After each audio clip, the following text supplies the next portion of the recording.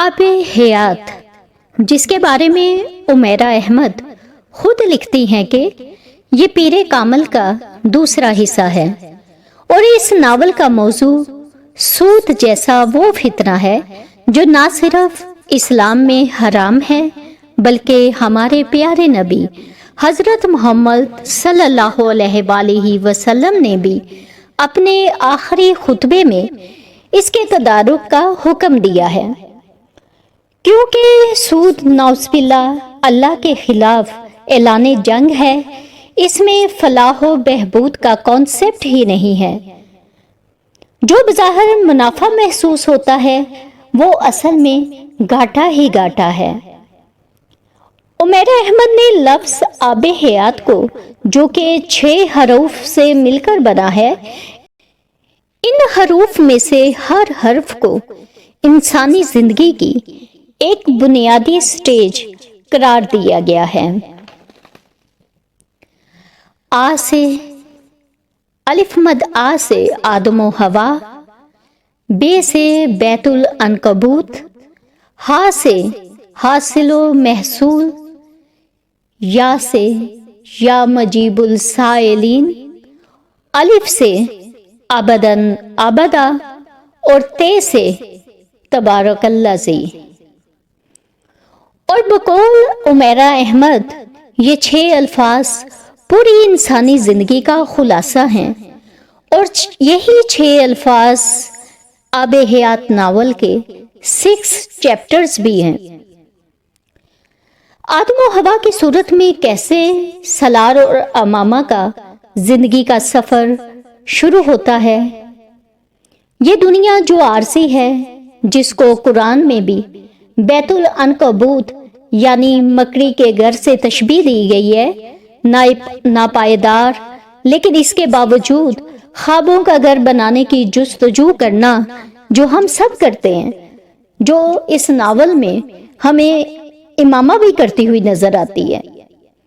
اس کے بعد آتا ہے حاصل و محصول کا معاملہ، جس میں انسان اینالائز کرتا ہے کہ اس نے زندگی کی الجھنوں میں الجھ کر کیا کھویا کیا پایا، اور انہی الجھنوں میں سے ابھرتی ہے وہ ذات جو مجیب السائلین ہے، یعنی آب حیات کا چیپٹر نمبر 4۔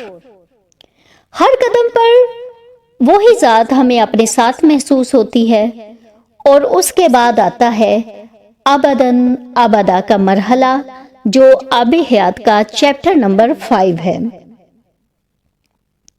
اس مرحلے میں جب انسان چاہتا ہے کہ جو کچھ وہ زندگی میں حاصل نہیں کر سکا وہ خواب اس کی اولاد پورا کرے، اور اپنے ختم ہو جانے اور مٹ جانے کا احساس بھی پوری طرح اسی مرحلے پر انسان میں حاوی ہو جاتا ہے، کیونکہ وہ خود کو کمزور سمجھنے لگتا ہے۔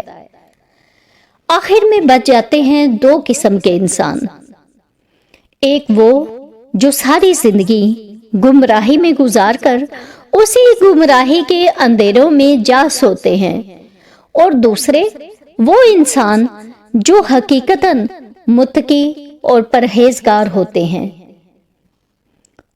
اور پا لیتے ہیں ایسے ہی انسان آب حیات کا جام، اور جن کے لیے اللہ فرماتا ہے سورہ یاسین میں بھی، سلام قولا من رب الرحیم، ان پر سلام ہوگا مہربان رب کا۔ یہ تعارف تھا آب حیات کے ناول کا۔ آئیے بڑھتے ہیں اب آج کی ایپیسوڈ کی جانب، جو وعدے کے مطابق آپ کے لیے پیش کی جا رہی ہے۔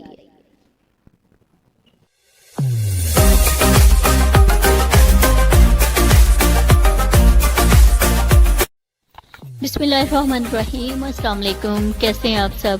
امید ہے سب خیریت سے ہوں گے۔ اگر آپ ہمارے اس چینل پر نئے ہیں تو اس چینل کو سبسکرائب کریں، لائک اور شیئر کرنا بھی نہ بھولیے گا، شکریہ۔ ناول کا آغاز ہوتا ہے باب نمبر 1 آدم و حوا سے۔ یہاں ہمیں سالار نظر آتا ہے ایک خواب میں مدہوش۔ وہ زمین کو سبز مخمل کی طرح تحاتے نظر پھیلا ہوا دیکھتا ہے۔ یہاں منظر کشی خوب کی گئی ہے، چھوٹی سی چھوٹی ڈیٹیلنگ کے ساتھ، جس میں رنگ ہیں، پھول ہیں، شبنم کے ننھے ننھے قطرے، ہوا کا جھومنا، سبزے کی سرشاری اور زمین کا رقص نمایاں ہے۔ ایسا خوبصورت منظر ہے قدرت کی کاراگری کا کہ ہر دیکھنے والی آنکھ حیرت زدہ ہے۔ زمین تو زمین گنبد کی طرح پھیلا ہوا، آسمان بھی محو تماشائی ہے۔ سالار خود کو کسی ایسے راستے میں جو دو رویا درختوں کی قطار کے ایک درخت کے ساتھ ٹیک لگائے ہوئے پاتا ہے، وہ اس جانب دیکھ رہا ہوتا ہے جہاں سے وہ آ رہی ہوتی ہے۔ بے حد خوبصورت سفید لباس زیب تن کیے ہوئے، سیاہ بالوں کو لہراتے ہوئے، حیران زدہ آنکھوں سے سارا منظر دیکھتے ہوئے، مدم مدم دھیرے دھیرے قدم اٹھاتے ہوئے، اٹھلاتے ہوئے وہ سالار کی جانب بڑھتی آ رہی ہے۔ وہ ہاتھ بڑھاتا ہے، یہ ہاتھ تھامتی ہے، سراہی دار گردن اٹھاتی ہے اور بڑے ناز سے پوچھتی ہے، تم میرا انتظار کر رہے تھے؟ سالار ہاں میں جواب دیتا ہے۔ اماما کہتی ہے کہ میں نے بہت دیر تو نہیں کر دی؟ وہ کہتا ہے نہیں، زیادہ دیر نہیں ہوئی۔ وہ بے اختیار ہنستے ہیں، کھلکھلاتے ہیں، اٹھلاتے ہیں، بیلرینا کا رقص جاری ہوتا ہے، پوری کائنات محو تماشائی ہے۔ زمین سے شروع ہونے والا یہ رقص آسمان تک چلا جاتا ہے، پھر آسمان تاریک ہوتا ہے، دن رات میں ڈلتا ہے، اور ایسی رات جو دن سے بھی زیادہ خوبصورت اور روشن ہوتی ہے، چاند ستاروں سے بھری ہوئی خوبصورت رات۔ اس منظر نگاری کی خوبصورتی تب اور بڑھ جاتی ہے جب عمیرہ احمد کا تصور ہمیں اس جانب لے جاتا ہے جہاں پھول مقناطیس کی طرح ان رقص کرنے والوں کی جانب آتے ہیں۔ وہ دونوں پھولوں کی بارش میں کھلکھلاتے اور باغتے ہیں، آسمان کو بھی جوش آ جاتا ہے اور وہ بھی برسنے کو بےتاب ہو جاتا ہے، لیکن وہ عجیب بارش ہے جو ان دونوں کو بھگوتی نہیں ہے، یوں محسوس ہوتا ہے جیسے کوئی موتیوں کی فوار گر رہی ہو۔ ابھی وہ اس منظر سے لطف اندوز ہو رہے ہوتے ہیں کہ سالار اماما کا ہاتھ تھام کر اسے کچھ اور دکھانے کے لیے کسی نئے راستے کی جانب چلنا شروع کر دیتا ہے۔ پھر وہ ٹھٹک کر رکتے ہیں، انہیں کچھ نظر آتا ہے، تبھی یکدم سالار کی آنکھ کھل جاتی ہے، وہ ہڑبڑا کر اٹھ بیٹھتا ہے۔ کئی لمحے وہ اسے خواب کی گرفت میں جکڑے ہوئے گزارتا ہے۔ اماما کا سوچتا ہے کہ وہ کہاں ہے۔ یکدم کرنٹ کھا کر وہ اٹھتا ہے اور پھر اماما کو بے خود بیڈ پر سویا ہوا دیکھ کر پرسکون ہو جاتا ہے۔ وہ اس کے مہندی لگے ہاتھوں کو دیکھتا ہے اور مسکرا کر پچھلی شام کو یاد کرتا ہے جب 9 سال کے بعد اس نے اماما کو دیکھا تھا۔ سیدہ اماں کے گھر کے صحن میں وہ اسی طرح تھی جیسے 9 سال پہلے تھی۔ وہ اسی طلسم میں چلتا ہوا اماما کے پاس آتا ہے اور اپنی انگلیوں سے اماما کے چہرے پر آئے کچھ بالوں کو احتیاط سے ہٹاتا ہے تاکہ وہ نیند سے نہ جاگے۔ یہ اماما اور سالار کی زندگی کا پہلا دن ہے۔ اماما اور سالار کا نکاح ہو چکا ہے اور رخصتی بھی۔ الارم کی آواز پر اماما کی آنکھ کھلتی ہے، سردی سے کپ کپاتی وہ اپنے بستر سے نکلتی ہے۔ سحری کا وقت ہو چکا ہے، ادھر ادھر دیکھتی ہے، سالار وہاں موجود نہیں تھا، اس کی وہ گھڑی بھی وہاں نہیں تھی جو ہمیشہ اس کے پاس ہوتی تھی۔ اماما کو بہت غصہ آتا ہے یہ سوچ کر کہ وہ اس کو جگا سکتا تھا، لیکن وہ ذرا خود پر کنٹرول کرتی ہے کہ آج اس نے اپنا موڈ خوشگوار رکھنا ہے، خراب نہیں کرنا۔ وہ دھیرے سے چلتی ہوئی کچن میں آتی ہے، سنک میں پڑے برتنوں پر اس کی نظر پڑتی ہے۔ 2 افراد کے استعمال شدہ برتن جب وہ دیکھتی ہے تو ہکا بکا رہ جاتی ہے۔ اس کا خیال تھا سالار کو پہلی سحری اسی کے ساتھ کرنی چاہیے تھی۔ وہ بے وقتی کا شکار ہوتی۔ چند لقمے جو فرقان کے گھر سے ہی کھانے کی صورت میں آئے ہوتے ہیں زہر مار کر کے برتن سمیٹنے لگتی ہے۔ دن چڑھ جاتا ہے لیکن سالار کی واپسی نہیں ہوتی۔ رنج و غم کی کیفیت اب تشویش میں بدل جاتی ہے۔ دوسری طرف سالار جو اپنے دوست فرقان کے ساتھ سحری کے بعد مسجد چلا گیا تھا، نماز، قرآن اور جم سے فارغ ہو کر گھر آتا ہے تو امامہ کو گہری نیند میں پاتا ہے۔ فلیش بیک میں چلے جائیں تو وہاں ہمیں سحری کا وہ منظر دکھایا جاتا ہے جس میں سالار اور فرقان آمنے سامنے بیٹھے سحری کر رہے ہوتے ہیں۔ فرقان سالار کے چہرے سے نظر نہیں ہٹا پاتا۔ وہ سالار سے کہتا ہے کہ تم بہت نیک آدمی ہو، اللہ تم سے بڑا خوش ہے، اس لیے کہ جس کو تم نے چاہا اس کو پا لیا، کوئی صدقہ خیرات دو تاکہ نظر نہ لگ جائے۔ سالار یکدم خاموش ہو جاتا ہے اور فرقان سے کہتا ہے، مجھے تم سب کچھ کہہ لینا فرقان، لیکن کبھی نیک آدمی نہ کہنا۔ فرقان کو محسوس ہوتا ہے کہ جیسے سالار کو اس کی یہ بات بری لگی ہے، پھر وہ دونوں خاموش ہو جاتے ہیں۔ یہاں پر ہم ایک اور کریکٹر سے متعارف ہو رہے ہیں، ڈاکٹر سبط علی، جو سالار کے مینٹور ہیں اور امامہ کی بھی لک آفٹر کرتے ہیں۔ امامہ کی آنکھ 11 بجے ڈاکٹر سبط علی کی کال پہ ہی کھلتی ہے۔ حال احوال سے فارغ ہو کر امامہ سالار کا میسیج پڑھتی ہیں، پلیز جاگنے کے بعد مجھے میسیج کرنا، مجھے ضروری بات کرنی ہے۔ امامہ جو پہلے ہی غصے میں تھی وہ مزید فیڈ اپ ہو جاتی ہے، خود ترسی کا دورہ بھی پڑتا ہے لیکن پھر بھی ساری انا کو پیچھے کرتے ہوئے اسے میسیج کر دیتی ہے۔ دوسری طرف سے کوئی رپلائی نہیں آتا، کوئی کال نہیں آتی۔ وہ خود کو تعویلیں بھی دیتی ہے، سمجھاتی بھی ہے، لیکن پھر بھی اپنے آپ کو لان تان کرنے سے باز نہیں آتی کہ تم ہی غلط ہو، تمہیں میسیج نہیں کرنا چاہیے تھا۔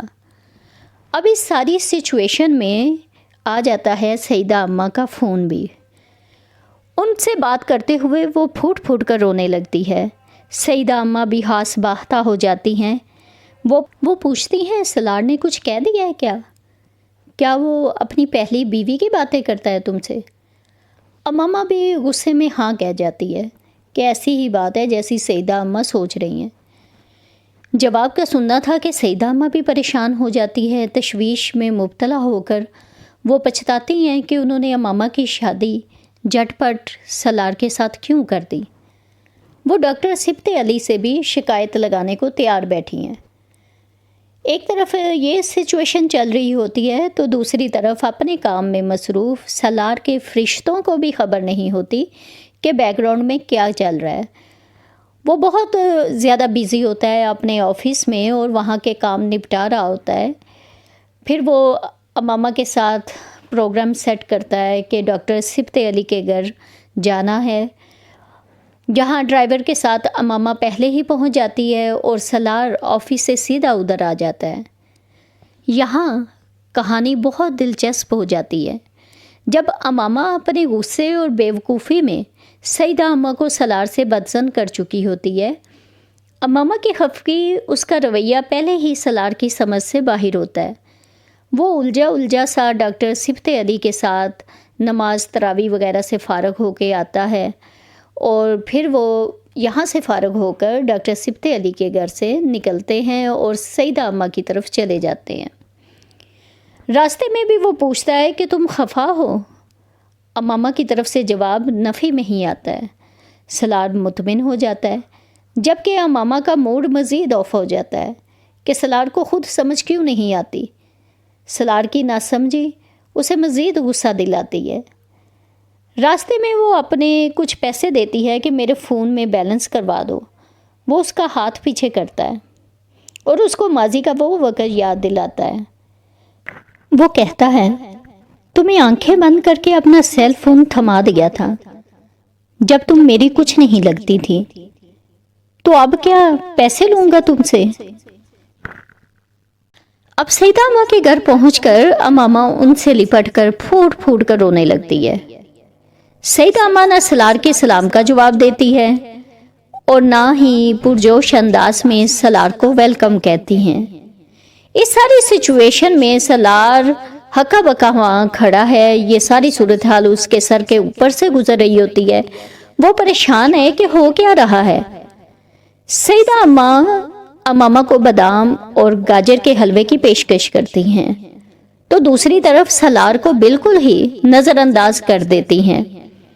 امامہ سیدہ اماں کے ساتھ کچن میں چلی جاتی ہے اور سلار وہیں ہونکوں کی طرح بیٹھا سوچتا رہ جاتا ہے۔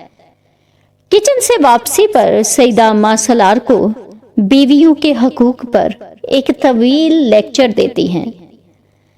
جنتی شوہر اور دوزخی شوہر، ان دونوں کے فضائل کے اضافے کے ساتھ وہ کہتی ہیں دوسروں کے دل کو دکھانے والے کو اللہ کبھی بھی معاف نہیں کرتا۔